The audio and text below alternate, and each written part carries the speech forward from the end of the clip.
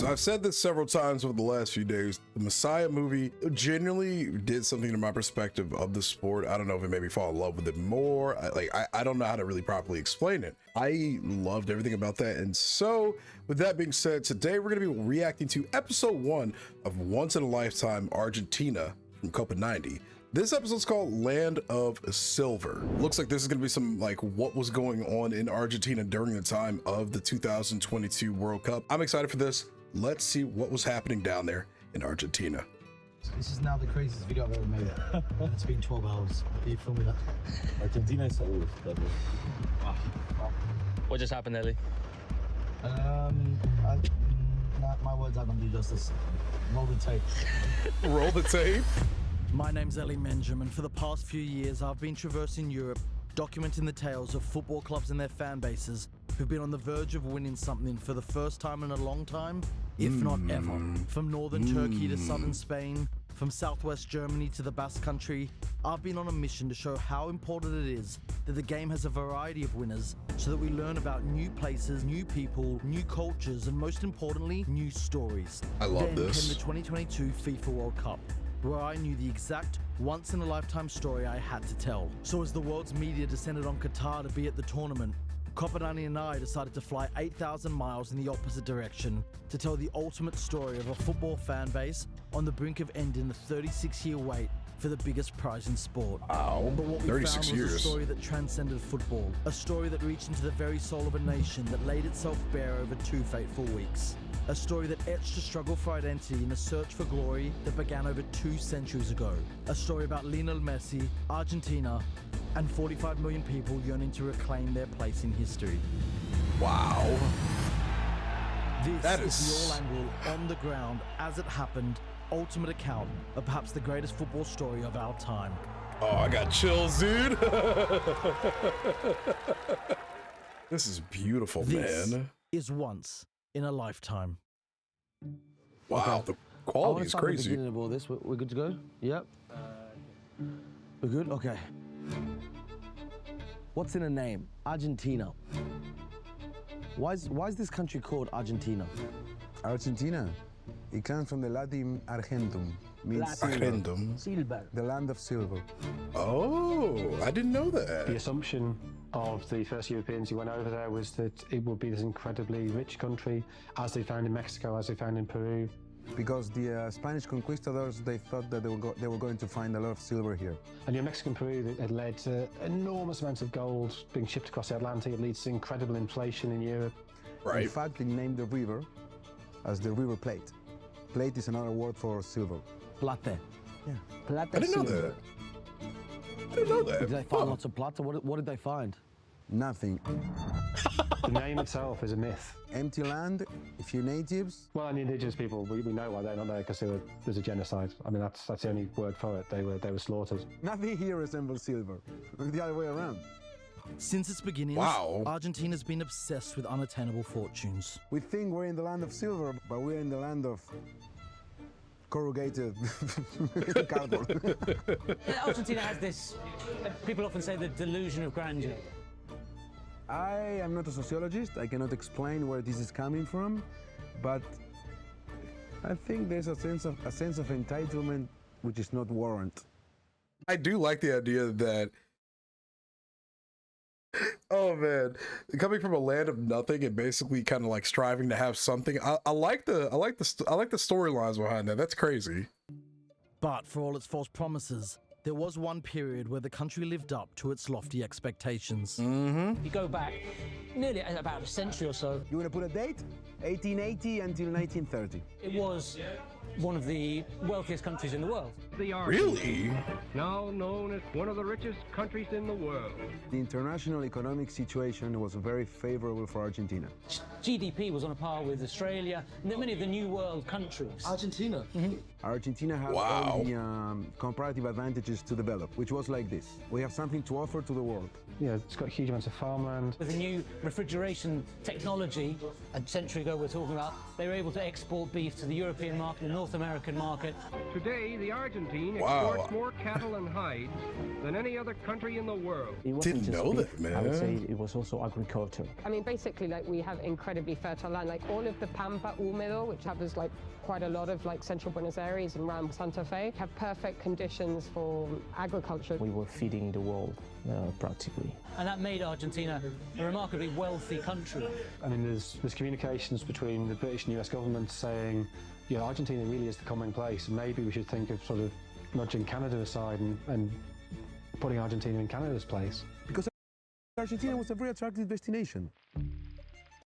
It goes to show how much we do not learn about the world, and at least in my country anyway. I don't know how it is in other countries. I've taken many years of different, like, history classes, social study classes, war classes, Vietnam War classes, European history. I've taken a lot of history classes and studied a lot of things on my own, right? This is the first time I have ever heard of that. That's still so funny to me. They go all this way to come down here, slaughter the natives, and they literally find nothing. So that's so crazy, having the name be a land of silver, but that's actually not what they found here. That's so funny to me, man. But that is the first time I've heard of any of that information. And so, with such abundant wealth, came those in search of it. Yep, of course. Of course. Inmigrantes. Nuevos contingentes de inmigrantes llegan a Buenos Aires después de 18 días de feliz navegación. It was a wonderful place to come because you have the opportunity to prosper. Vienen por un destino mejor, por un destino que les devuelva la primaria alegría de vivir. Relative to the size of the population, we had, for a period of time, more immigrants than the American. This influx was an exclusively European migration, where the new arrivals hailed from all over the continent, be it Spanish, French, or even Russian.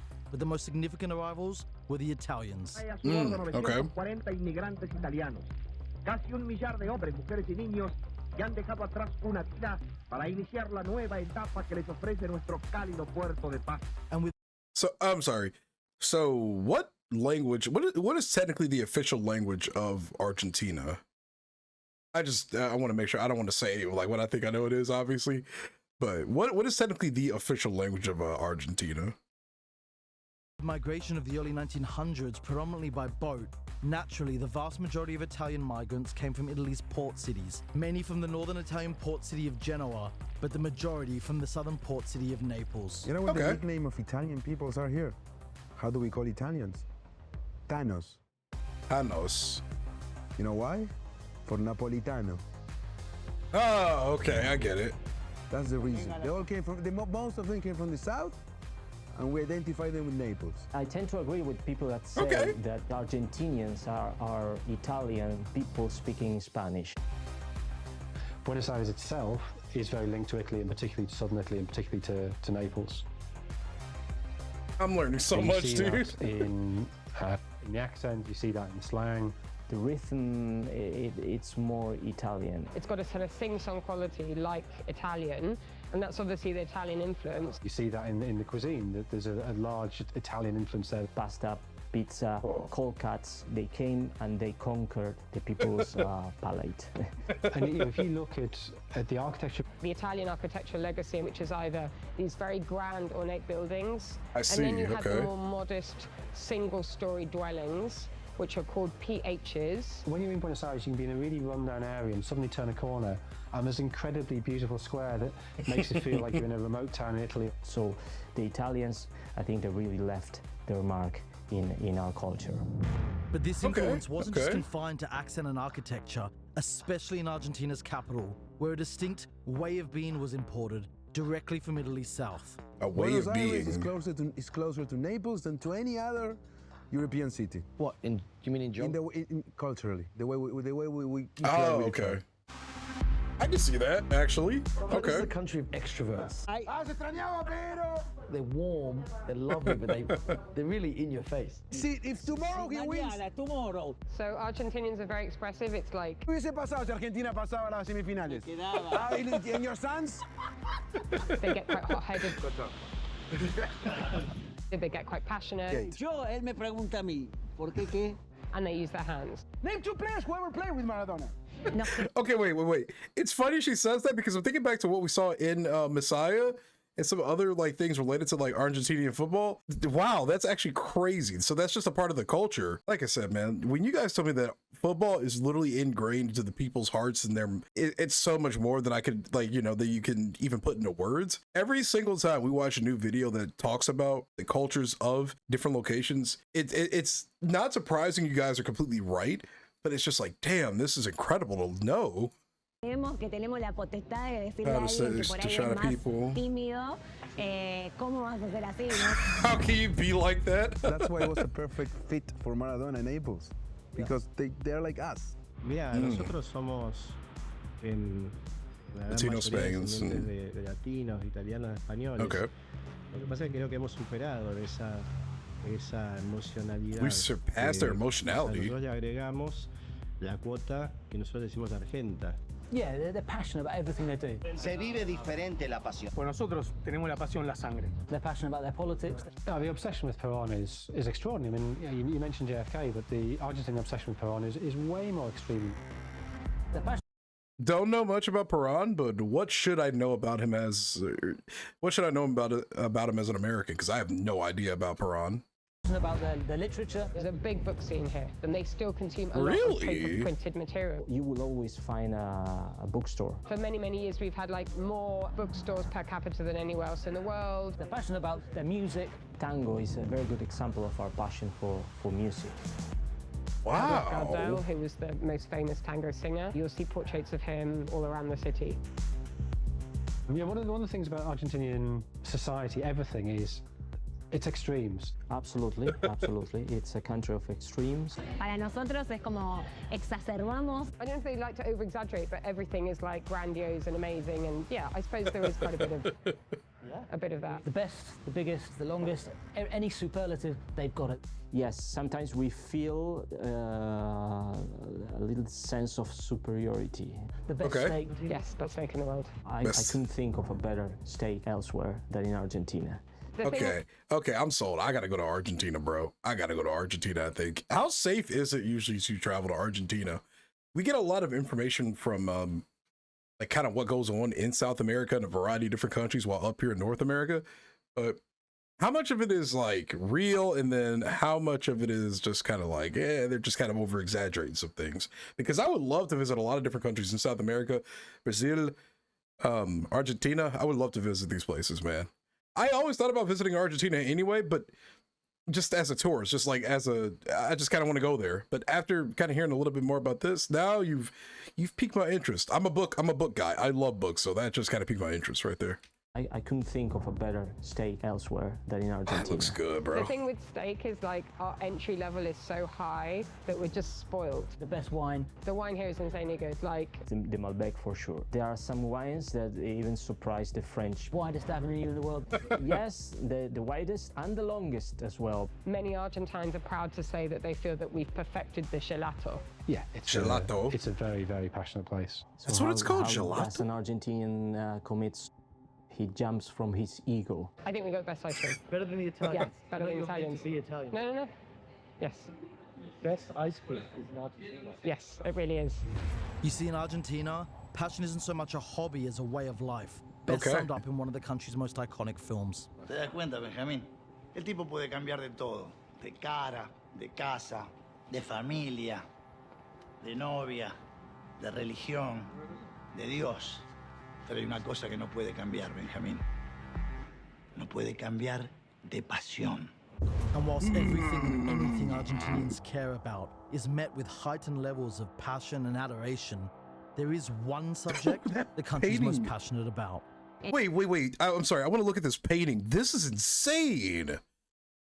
I think I remember seeing this actually in the Messiah movie. Oh, this is hard. I wish more people were like that in our country. I'm not gonna lie. Like, there you got your passionate folks, but everybody's so quick to people as an American, I will say, are very quick to just be angry about something and put their time and efforts into actual passions. You know what I'm saying? I wish we had more passionate people up here. I feel like people would be a little bit happier if they had more passions they could actually invest their time into. And not even just like as an investment thing, but like something they could pour their heart into, and it's actually beneficial to their well-being, you know? care about is met with heightened levels of passion and adoration, there is one subject the country's most passionate about. Here we El go. mundo es el país donde se This vive el place fútbol where de una football forma is lived in. más pasional y popular. You couldn't have Argentina without football. I think in a way it's just become part of its psyche. Yep. Of its like elemental being. Nosotros nos definimos y muchas veces analizamos nuestra vida en función del fútbol. I mean, football is Argentina. Football is Argentina, okay. Lo que más se mueve en la Argentina. Depositamos en el fútbol nuestra alegría cotidianamente. El país vive fútbol.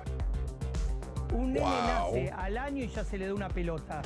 We give him a football.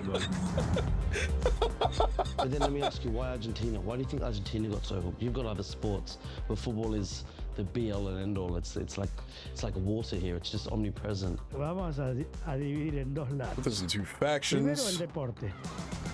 First, there's the sport. Y segundo, la pasión que representa ese deporte. Okay. Porque justamente lo que genera el fútbol en la gente. Oh my God, man, this is awesome. No lo genera el resto de los deportes. You see, when you've got a population as passionate as Argentina, it only makes sense that they made the most passionate and emotional game theirs. That makes sense. Between Argentinian idiosyncrasy and the nature of football as a sport. There's a characteristic of Argentina comes out through football. Argentinian mentality and culture and the dynamics of football. It's like a perfect match. Think about it like this. Football is a low-scoring game. It is. So you build up a lot of anxiety. Mm-hmm. You build up a lot of momentum. Yep. And when the actual moment arrives, the goal is an explosion. I was just explaining this to a friend who was questioning why I like this sport so much, and she kind of thought it was like too slow for her. I explained it like this: with games like with sports like the NBA and the NFL, you get a lot of like consistency with like getting points, getting scoring. Like there's a lot of points to gain in a lot of those different sports, right? NFL is a little bit more passion driven, I'd say, because a good touchdown will really just, oh my God, it'll just send you to the moon and back, right? But what made me really like this game for the exact same reason, well, this sport, because game just sounds like an insult, this sport is the same reason why I fell in love with Counter-Strike. Slow paced, those big moments when they hit, there's patience with it. There's passion in every single move, every single build up of a moment. When those actual amazing moments hit, it's incomprehensible. It's almost impossible to properly explain the emotions and energy you feel throughout your just psyche, your body. That just explosion. There's so many better ways to probably word this without sounding sus, but like what he said, that level of build up and then just that, that's what made me fall in love with the sport. It's trained me to be a more patient person. I will say it's given me a lot of reason to slow down a little bit in certain elements of my life and take things in slowly and do things a little bit with some more passion. I'm not lying. Like, I'm not saying this just to say it. It's done a lot for my psyche and how I approach other things, from content creation to actually watching other sports. I have a lot more patience with things now. Wow. He couldn't have explained it better, because those are the exact same thoughts I had without ever talking to somebody about it or without watching a video like this. Those are the exact same feelings and thoughts I got when I first started watching. That's incredible. I'm gonna use this expression like an orgasm. I was just I didn't want to say it. I was There's just something magical, something intrinsic about football. It's something that no other sport have. Yep, I agree.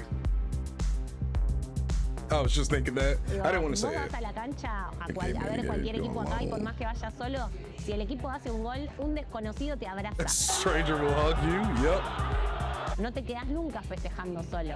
I love that. I love that. I love that. Hasta el más tímido se termina parando y abrazando con alguien. Porque también creo que si bien tenemos un montón de defectos y cosas a trabajar como sociedad, hay algo que que nos enorgullece, que es poder compartir la alegría. Our ability But to it's not share just the joy. uniquely emotional and passionate elements of football that make this game so important to Argentina. In 1913, there's a series of lectures at the Odeon Theatre in Buenos Aires, given by Leopoldo Lugones, who was a national poet. The president goes, lots of very senior figures. Everybody goes to these lectures. And this is a national poet talking about national character. Who are we? And he concludes that the spirit of Argentina is best represented by the gaucho. The gaucho? The cowboy who made sure that the huge herds of cattle were safe, and from the huge herds of cattle you get the beef, and from the beef you get the wealth. So the gaucho is massively important. Okay. I'm listening, Also, okay. The gaucho is a very romantic figure. The gaucho? There's a reason why cowboy films are popular. Because the cowboy is glamorous. In all the world of romance and adventure, there's none to compare with the gaucho. He's battling the elements, he's battling wild animals, he's got this great virtuosity. And so you get gaucho clubs set up, and they all dress up. They dress to what they think gauchos look like. They put on these big barbecues, and one of the reasons the asado, the great barbecues, are still an absolute centerpiece of Argentinian social life. Ooh. The gaucho was romanticized in books, was romanticized in music, and also because of the way they dressed. So the gaucho for sure was super important. And then the British wipe him out. And the way they wipe him out is by introducing wire fencing. If you have wire fencing, you can do selective breeding. And if you can do selective breeding, you get a higher meat yield and you can make greater profits. And this absolutely revolutionizes Argentinian farming and thus Argentinian society. So, damn it, British! Stop wiping shit out! This was cool! Actually, this makes a lot of sense. I'm just joking. Any British folk that actually watch this video, I'm just being silly. I'm just being silly. But damn it, British, always wiping some shit out. That's a joke. That's interesting because I've never heard of Argentinian cowboys. First time I've ever heard of it. I've only heard about American cowboys and how how romanticized they are over here. My grandmother, God rest her soul, was a big fan of cowboys. As when I was a kid, I remember watching like cowboys and like Native American like style shows and stuff, which is interesting because I have Native American blood in me and French Canadian blood, but that's neither here nor there, so I don't know. Argentinian farming and thus Argentinian society. So economically, eventually the gaucho and his influence is wiped out. That's unfortunate. It's kind of sad. So you then have there's still conditions for it. Where do you find the gaucho in an urban environment?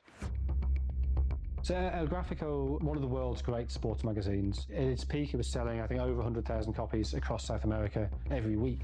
Wow. El Gráfico was born in 1919 and it ran until January 2018, so 99 years. Damn! It was this revered magazine product, Bible of sport, whatever you want to call it, but it was very special. Why'd they stop? People learned to read with El Gráfico. It's not a football magazine, as in a glossy thing with a couple of interviews. It really goes into detail. Maradona first met Pelé in a production specifically for El Gráfico. Muhammad Ali came to Argentina invited by El Gráfico. What? Like the football's Rolling Stone magazine. Okay, wait. Can you still pick up copies of this? I would love to, because I generally would like to learn different languages too. And I think learning languages through reading is one of the best ways to go about it. But can you still get copies of this? Like older copies, even if it stopped in 2018? I would love to have some of these just to even feel the energy from them. So El Gráfico, they say that spirit of a gaucho, that combination of toughness, cunning, cleverness, virtuosity, and glamour, where do you find that?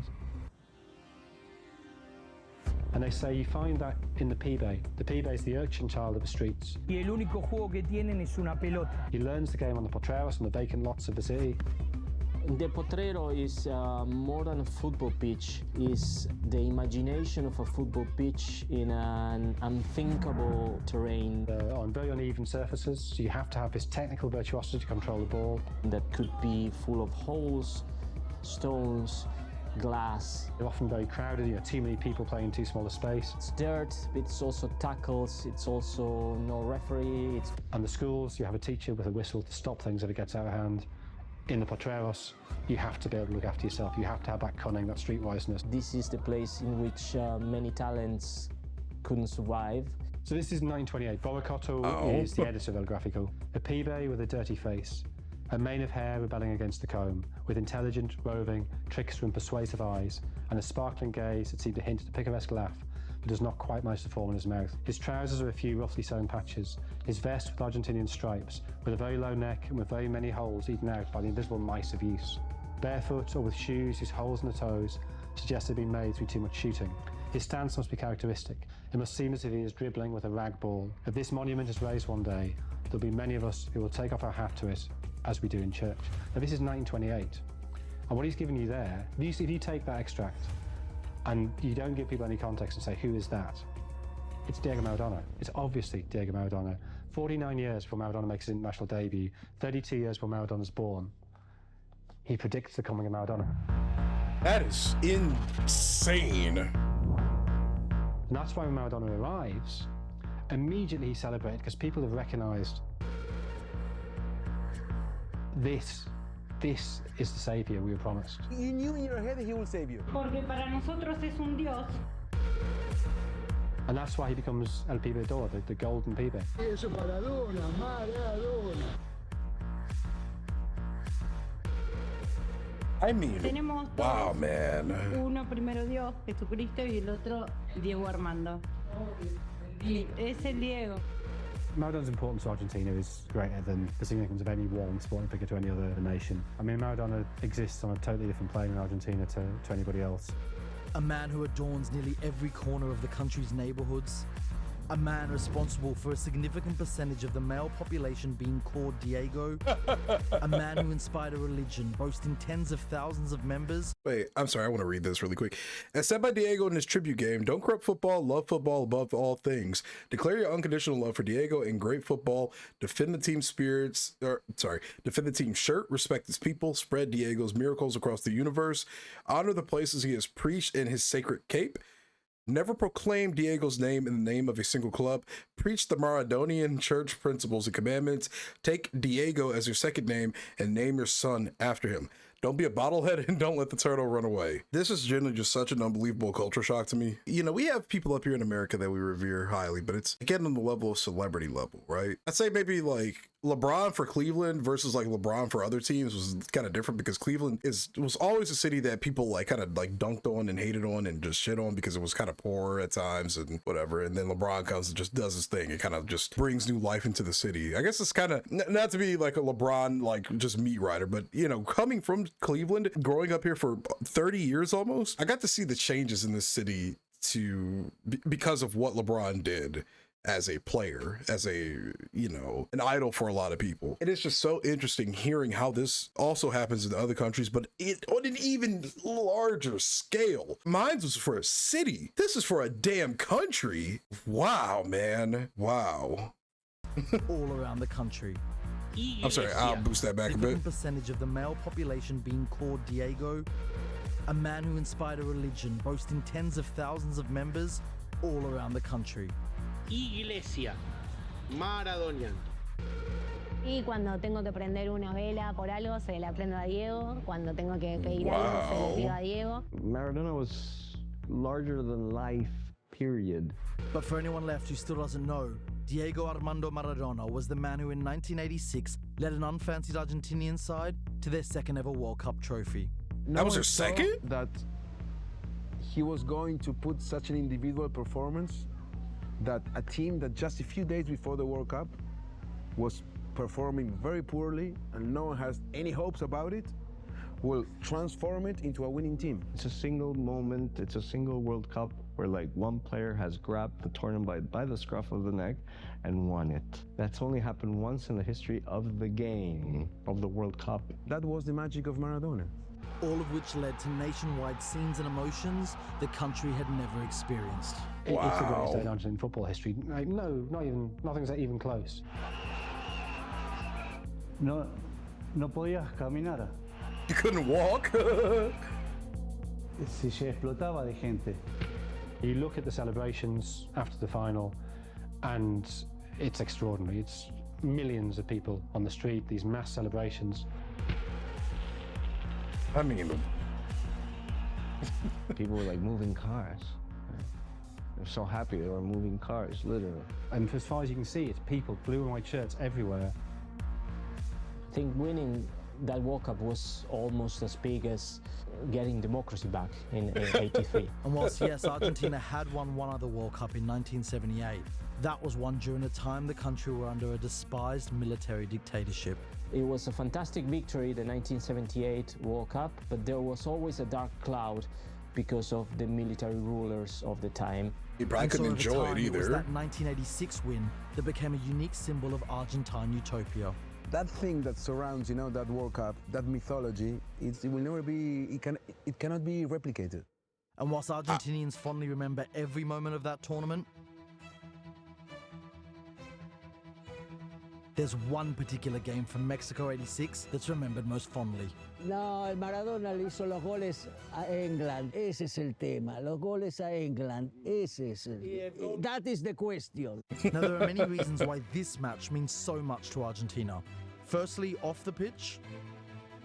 Pero quiero aclarar algo, lo del 86 también tiene que ver, no te olvides que fue 4 años después de la Guerra de Malvinas. On a day, Falklands May the War. 4th, 1982, that brought the reality of war into Britain's dispute with Argentina over the Falkland Islands. What? Es absurdo, pero fue como una revancha contra Inglaterra por haber perdido la Guerra de Malvinas. After Then losing there's the that war. game's meaning on the pitch, where Maradona scored both of Argentina's goals. The first being one of the game's most controversial. De mano de Dios, hand of good. The hand Uno of con God. trampa, con la mano, que entonces, es decir, ahora los jodimos nosotros a los ingleses. And then there was his second goal. So wait, did that first goal count? What was the second goal? No, I'm done. Cut. I'm gone. winding you up. I'm trying to get...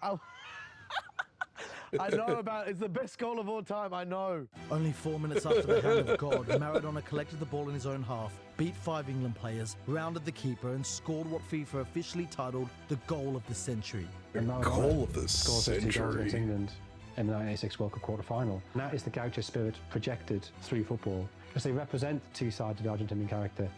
The cunning of the first goal and the virtuosity of the second. That's why it means so much. But as beautiful as that second goal was, it's actually the first more controversial goal that Argentinians hold dearest, best explaining their unique love of Maradona and the game. Dio más satisfacción el primer gol con la mano que el segundo extraordinario. It's more satisfying than the second Se goal. disfruta más. Okay, so... Viveza criolla. And if there's one term you need to know to understand the spirit of Argentine football, it's that one. How do you say it again? Viveza criolla. Viveza Vivese. Hold on. Wait, I actually want to make sure I say this right. And if there's one term you need to know to understand the spirit of Argentine football, it's that one. How do you say it again? Viveza criolla. Viveza. Vivese Kiriosha. Kiriosha? Ball, it's that one. How do you say it again? Viveza criolla. Viveza criolla. Yeah. What is it? Vivese Kiriosha. Live the football in Jogo Bonito terms. We have something different, something very different. We call it Viveza criolla. Vivese Kiriosha. yes, pretty much. Cunning would be a very polite, nice way to describe Viveza criolla. You know, being smart enough to find a way through stuff, but also a little bit, you know, doing something a little bit illegal. Because it means both cleverness, streetwiseness, cynicism even. Es la satisfacción de ganar con trampa. Winning by Satisfaction of doing deceit. something illegal and get away with it. Argentina satisfacción. Do you struggle with it? Because you love beautiful football. I mean, I do love beautiful football, but also like winning, you know. It means just sort of being smarter than your opponent. I can tell you this. We have an immense satisfaction in this country that he scored that goal with his hand. I don't think that distinction is obvious to people from Argentinian culture. It was a shock to me to realize that Genius outside and a Argentina, cheat. that was perceived as a terrible thing. Really? Argentinians, they also don't seem particularly ashamed by that. They kind of take it in their stride. Why? No, well, because this notion of Viveza criolla, it encompasses, they do not see a distinction between tricking somebody by moving your feet really quickly or you know, doing a feint with your body and drugging them. That, of course, is a reference to arguably the one act of Ivesa Criosha more infamous than the hand of God, masterminded in 1990 by the professor of Ivesa Criosha, Carlos Bilardo, manager of Argentina's 1986 World Cup winning side. The truth is nobody knows, but it is very strongly rumoured and not denied at all by Bilardo that they spiked Brazil's water bottles, put some kind of sedative in the water. And Branco drank off it. The Brazilian player? Yeah, a left back. And he was woozy throughout the rest of the game. How true is this? I know they just said like it's rumored, but has there ever been, all right, with that in mind, is there beef between Brazil and Argentinian national teams when it comes to playing in football? Like, is there like a historical importance to that now because of this? I'm gonna assume yes. Damn, that's crazy. Viveza Kiriosha. Okay. Don't drink out of that one. Bilardo, the player, famously would take pins on the pitch to stab players he was marking. Stick a needle in his sock and take it out in the corner kick and just stab opposing players with it. What the That was nothing. That was nothing. Bilardo was a qualified gynecologist, and he had contacts in the world of gynecology, and from them he would find out things about players' girlfriends and wives, and he'd use that to wind them up on the pitch. So Roberto Perfumo, the great Argentinian centre-back, he was sent off for punching Bilardo in the face, supposedly because Bilardo started talking to him about a problem that Perfumo's wife was having. Bilardo, Maradona and the Viveza Criosha spirit took Argentina to another World Cup final 4 years later. Okay, real talk for any Argentinian viewers. How do y'all feel about that? Because even I think that's kind of like, I admit, using it as an advantage to kind of mess with the opposing team. I get the spirit behind it. I want to hear like actual thoughts on that because it's kind of insane. But I don't want to speak down on it obviously because it's from a culture that is not my culture at all. But that's damn, dude, that's kind of messed up. Before Argentina won 2 Copa Americas in a row. They win the Copa America in 91 and 93, and then suddenly, 94, they stop getting the results. But by this point, Argentina had tasted such success on the international stage that expectations at every tournament were now raised to unrealistic levels. I think the yearning for success from Argentina is, I think it's very hard to overestimate. Con muchas expectativas, con todo siempre pensando que va a llegar a la final y va a ganar. The 1986 World Cup immediately became the bar that everything was to be compared with that moment. I mean, Makes why sense. To win the World Cup? That's how I grew up. Why? Because the first one I saw, we won it, and I thought it was a normal thing, the normal state of affairs. We have Maradona, we won the World Cup, we have to win it all the time. And whilst from then on they weren't still winning tournaments, with a round of 16 appearance at World Cup 94, a quarter-final appearance in World Cup 98, and 2 quarter-final appearances at the Copa America, it was hardly a disastrous era. Yeah, I mean, but for such they a won a passionate lot. nation who see the game, and particularly this tournament, as part of their identity, well, rationality doesn't play a role in expectations. Quizás para, no sé, para Marruecos haber salido cuarto es algo extraordinario. Para Argentina salir segundo, para mucha gente eso es un fracaso. And so despite boasting many of the 90s greatest footballers, each and every one floundered under the weight of the memory of Maradona's achievements. I get that. However, yeah, it's not just football where Argentina's weighed down by nostalgia. Argentines do live in the past. And they're pessimist about the future, and they're pessimist about the present, but they're like very proud about the past. Okay. There's this real nostalgia for the 1920s, which makes sense because that's when Argentina really mattered. It's a country that's slow to modernise. It's profoundly nostalgic culture. It's always harking back. There's a lot written about and research about what you can tell about a society through its national song. And the tango, of course, is this very passionate dance, but it's also a very nostalgic dance. You know, I'm going to start this from the very beginning so we can hear it fully through, but stuff like this makes me realize, like, it's kind of unfortunate in many ways that America is kind of a place where, like, there's no real, like, unified, unified culture. There's a lot of different cultures, but there's also a lot of differences because of all of the different cultures that are mixed in here. And it's just this big thing where everybody's either trying to make everything work or none of it work. And it's just always this back and forth.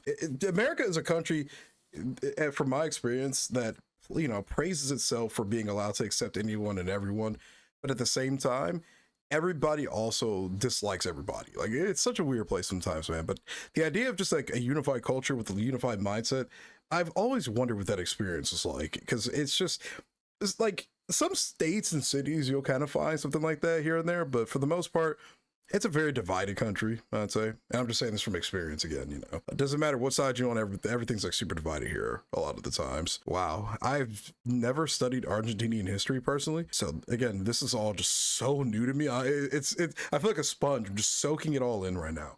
This is incredible, man. Nostalgic dance. You remember, brother, the good old times. Actually, don't know the lyrics of this. Were other men more manly than Sort of ours? infused with a sense of things were better in the past, and this is all doomed. Damn.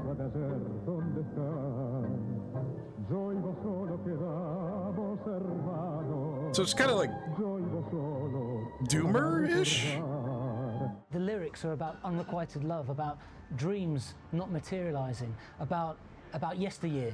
Me siento a recordar a la gente de la barra y a los que hoy ya no están. Damn. And that tells a lot about Argentine society as well. Qué buenos tiempos aquellos. The Thunder is a paid actor, bro. You look at the architecture. The architecture of Buenos Aires, all the good stuff was done in the beginning of the 20th century or late 19th century. The way the waiters dress. They wear the white shirts, black bow ties, black aprons. It's harking back to how waiters were dressed in the 1920s. But you look at some of the buses, it's artistry that belongs to the 50s. You know, walking around the city, you'll see it from old-fashioned stores to bars. Anywhere in Argentina, you're going to get this, but they're like kind of little snapshots and postcards of the past. I mean, we're doing this interview in a bar that basically hasn't changed its decor since the 1960s, so, you know, you're already in a time warp. Well, you tend to idolize the past. I don't think that's a bad thing. I think if you rush too hard to get to a new future, you can't appreciate what you have in the moment. Does that mean you should stick to the past all the time? Obviously, that's just a person-to-person thing, right? That's subjective. But I don't think there's really any rush either to kind of get to the future. We live in the weird world right now. We're always go, best new thing, best this, best that, always in a rush, always got to be going 24/7. I know for a fact that as an American, we are a very go kind of society, you know? And it works well for a lot of people. It doesn't work well for a lot of other people, you know? People come here from, you know, European countries. I've had friends from the EU come here and be surprised at just how fast the country is, how it's always on the go, you know, it's just constant go. I don't really think there's a problem with sticking to a formula that kind of works and just taking your time society-wise and everything just growing slowly. I don't know if I worded that right, but that's the way I kind of look at a lot of things. You appreciate what you've done, you appreciate the past, you appreciate the present, and then you take your time to get to the future. Because before you know it, it'll be over, and then you'll miss out on a lot of different things, trying to always be in a hurry to get to that next big, best thing. That's my perspective on it. You know? Back a bit. So, you know, you're already in a time warp. Well, you tend to idolize the past, you know? Nostalgia is hard for me to let go of. Memory is a tricky thing. In a nation or in a country where truly, back in the days, at least materially speaking, things were better, that natural tendency to glorify the past, it becomes magnified. Yeah, I see that. I can see that. It's so magnified in Argentina, as its power and prestige of the 20th century is anything but in the 21st century. We are very far away from the glory years of the beginning of last century. Now there is beyond 55% of poverty in Argentina. Argentina is now more synonymous with economic crises and crashes than a prosperous new world country. It's gotten to the point where a lot of people are deciding that the only thing they can do is just go away, leave the country. Argentina era un país que recibía a la gente de todas partes welcome del people mundo. from Ahora, all over the world. The Argentine nation could have been much more than it is, than it's become. There's all the questions about what happened, where did it go wrong? Corruption, political institutions, the culture of the people. There are lots of reasons. Partly the repercussions of the Wall Street crash in 1929, The reasons range from political instability. And of course, post-1930, the history of Argentina has been coup after coup after coup after coup. Sociological reasons. Dude, I will say that's the one thing we will hear about over here in America is some coups that have been going on. We don't learn anything else. We'll hear when a country's got a coup going on, man. Because here people think that doing things by the book Acá se piensa que todo, si haces las cosas legal, sos un boludo. makes you an idiot. From political projects. The majority of the rest of the wealthy world, at least, signs up to GATT, the General Agreement on Tariffs and Trades, which facilitated international trade. And Argentina remain aloof from that. They don't sign up. Simple answer. Tell me your answer. Okay. What changes this? The model that we have for development, for economic development, we actually have a name for it. El modelo agroexportador. América Latina se reacomoda en el nuevo mercado mundial y There is a new Argentina market. se incorpora como una de las principales productoras de alimentos y materias primas. La reorientación genera un nuevo patrón económico, el modelo agroexportador. It stopped being useful because international situation changed. It became about industrialization. It was no longer about exporting commodities. The relative prices of what we have to offer went down, and our main market disappeared. So all those things combined, that was the problem. Yeah, that makes If you want to read a sense. couple of books about it, I can recommend it to you. No problem. And so where does an extremely proud and passionate nation who was once a dominant global force look to find a similar sense of importance in the world? The world game, of course. I think Argentina is unique in the way it celebrates football, and particularly the World Cup, because the World Cup is how Argentina expresses itself to the world. Creo que ahí en el fútbol es donde nos sentimos potencia. You feel like a world power through Argentina football. se siente potencia en el mundo a través del fútbol. Okay. So the thing with the World Cup for Argentina is it's not just about football, just being the best of football. It's about being the best at something. Yeah, yep, I get that. That is how they show their worth, or how they validate themselves, particularly to a European audience. So while we might not dominate anymore, on several fields, especially industry, we can actually say that football is the one thing where we can still be the very, very, very best.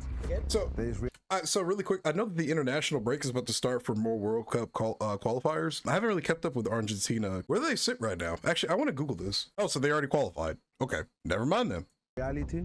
The industry, we can actually say that football is the one thing where we can still be the very, very, very best. There is reality, an objective reality, and then there is perception. Every nation perceives itself in some way. Yep. We perceive ourselves as really, really good. And the only time that reality and perception match is during football. Yep. Is when we play football. And then came the 2002 World Cup in Japan, South Korea, which played out just as the country fell to a new low. Oh! Huge numbers of people lost huge amounts of money. The country was ravaged. The economy is just devastated because they can't pay their debt. Mired in a $93 billion debt to the IMF, demonstrations, riots, and general chaos sent the country into near societal collapse. The only glimmer of light being their best national team in decades, who under coach Marcelo Bielsa went to the tournament filled with optimism. In 2002, they qualified brilliantly under Bielsa. In such a great form. Qualifying, they destroy everybody. A lot of unbeaten games. Yeah, they're favourites. They're definitely favourites. And then, for the first time in 40 years, Argentina crashed at the group stage. Argentina's best World Cup hope in decades fell at the first hurdle. And so that mythological Argentine utopia of '86 felt further away than ever. And with its economy, government, and streets in tatters, it really felt like it was never coming back. However, little did they know, another Pibe had emerged. Holy moly. Next time on Once in a Lifetime. Needed something to celebrate, something to believe, something to be hopeful about. Yet one game in, it already looked doomed. So after the Saudi game, we couldn't lose anymore. One more loss and we're out. They play Mexico next. If we would have drawn against Mexico, we were out in the second game. So basically it was sudden death from that moment on.